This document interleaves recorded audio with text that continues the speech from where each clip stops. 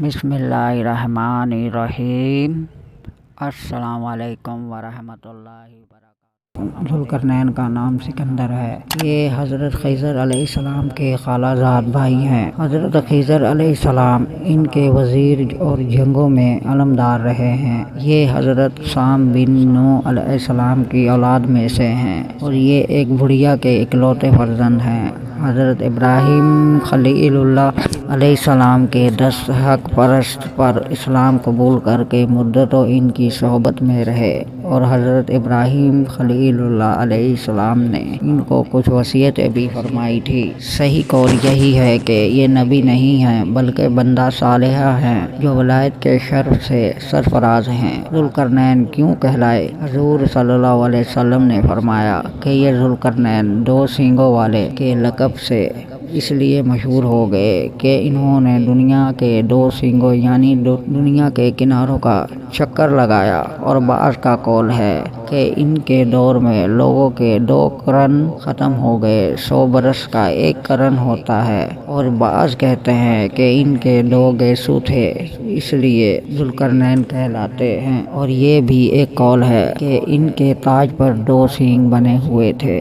और बाज़ इसके कायल हैं कि खुद इनके सर पर दोनों तरफ उभार था जो सींग जैसा नजर आता था। और बाज़ों ने ये वजह बताई कि चूँकि इनके बाप और माँ नजीबुल तरफ़ीन और शरीफ ज़ादा थे इसलिए लोग इनको ज़ुल्करनैन कहने लगे। वल्लाह ताला आलम मदराक। अल्लाह ताला ने तमाम रोए ज़मीन की बादशाही अता फरमाई थी। दुनिया में कुल 4 बादशाह ऐसे हुए हैं जिनको पूरी ज़मीन की पूरी बादशाही मिली। इनमें 2 मोमिन थे और 2 काफिर। मोमिन तो हज़रत सुलेमान अलैहिस्सलाम और ज़ुल्करनैन हैं और काफिर एक बख्त नसर और दूसरा नमरूद है। और तमाम रोए ज़मीन के एक 5वें बादशाह इस उम्मत में होने वाले हैं जिनका असम गिरामी हज़रत इमाम मेहदी है। ज़ुल्करनैन के 3 सफ़र। कुरान मजीद में हज़रत ज़ुल्करनैन के 3 सफ़रों का हाल बयान हुआ है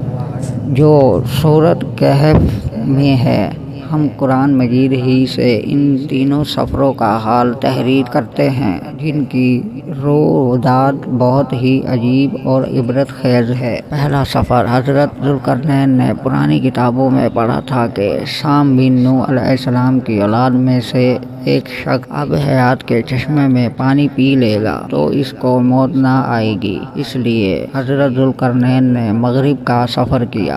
आपके साथ हज़रत ख़िज़र अलैहिस्सलाम भी थे। वो तो आब हयात के चश्मे पर पहुंच गए और इसका पानी भी पी लिया मगर हज़रत ज़ुल्करनैन के मुकद्दर में नहीं था। वो महरूम रह गए। इस सफ़र में आप जानिब मगरिब रवाना हुए तो जहाँ तक आबादी का नामो निशान है और वो सब मंजिलें तय करके आप एक पर पहुँचे कि इन्हें सूरज गरूब के वक़्त ऐसा नज़र आया कि वो एक स्याह चश्मे में डूब रहा है जैसा कि समुद्री सफ़र करने वालों को आफ़ताब समंदर के काले पानी में डूबता नज़र आता है। वहाँ इनको ऐसी कौम मिली जो जानवरों की खाल पहने हुए थी के सिवा कोई दूसरा लिबास इनके बदन पर नहीं था और दरियाई मुर्दा जानवरों के सिवा इनकी ग़िज़ा का कोई दूसरा सामान नहीं था।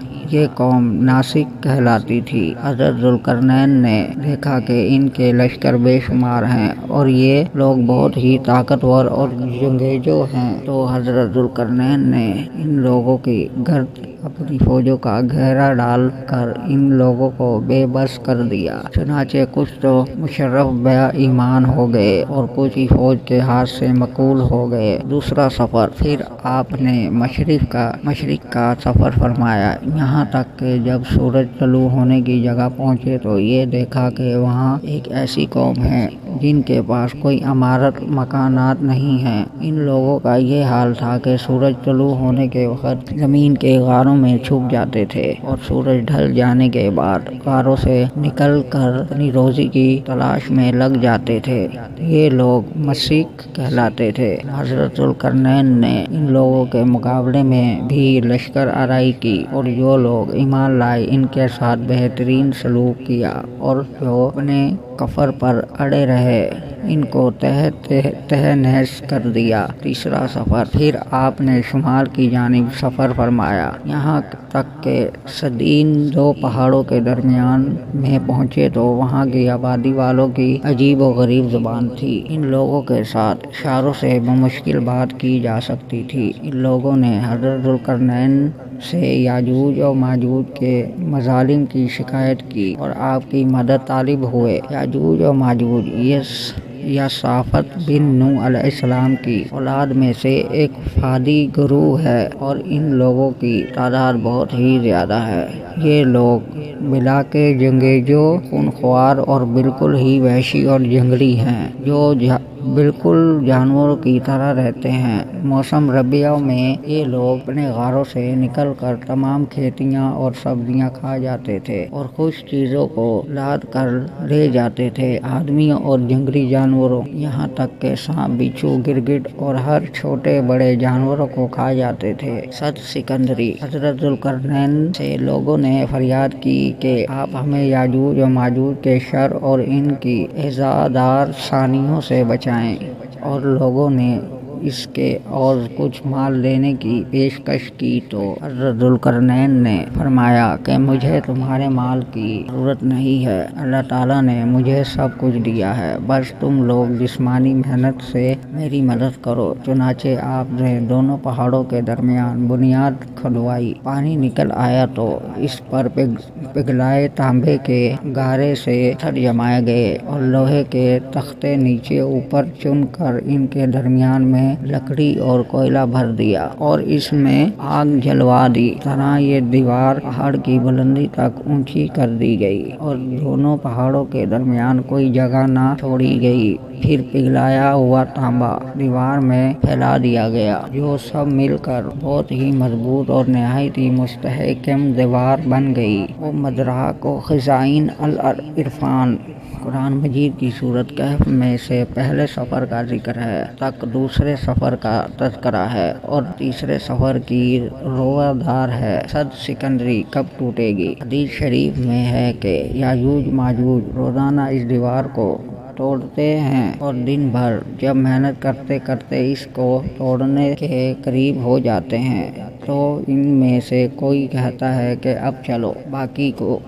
کو کل توڑ ڈالیں گے۔ دوسرے دن جب اس دیوار کے توڑنے کا وقت آئے گا تو ان میں سے کہنے والا کہے گا کہ اب چلو انشاءاللہ تعالی کل اس دیوار کو توڑ لیں گے۔ ان لوگوں کے انشاءاللہ کہنے کی برکت اور اس کلمے کا یہ ثمرہ ہوگا کہ دوسرے دن دیوار ٹوٹ جائے گی۔ یہ قیامت قریب ہونے کا وقت ہوگا۔ دیوار ٹوٹنے کے بعد یاجوج ماجوج نکل پڑیں گے اور زمین میں ہر طرف فتنہ و فساد و قتل و غارت کریں گے، چشموں اور تالابوں کا پانی پی ڈالیں گے، جانوروں اور درختوں کو کھا ڈالیں گے، زمین پر ہر جگہ میں پھیل جائیں گے، مگر مکہ مکرمہ و مدینہ طیبہ و بیت المقدس، ان تینوں شہروں میں یہ داخل نہ ہو سکیں گے۔ پھر حضرت عیسیٰ علیہ السلام کی دعا سے ان لوگوں کی گردنوں میں کیڑے پیدا ہو جائیں گے اور یہ سب ہلاک ہو جائیں گے۔ قرآن مجید میں ہے ترجمہ، یہاں تک کہ جب کھولے جائیں گے کہ یاجوج ماجوج اور وہ ہر بلندی سے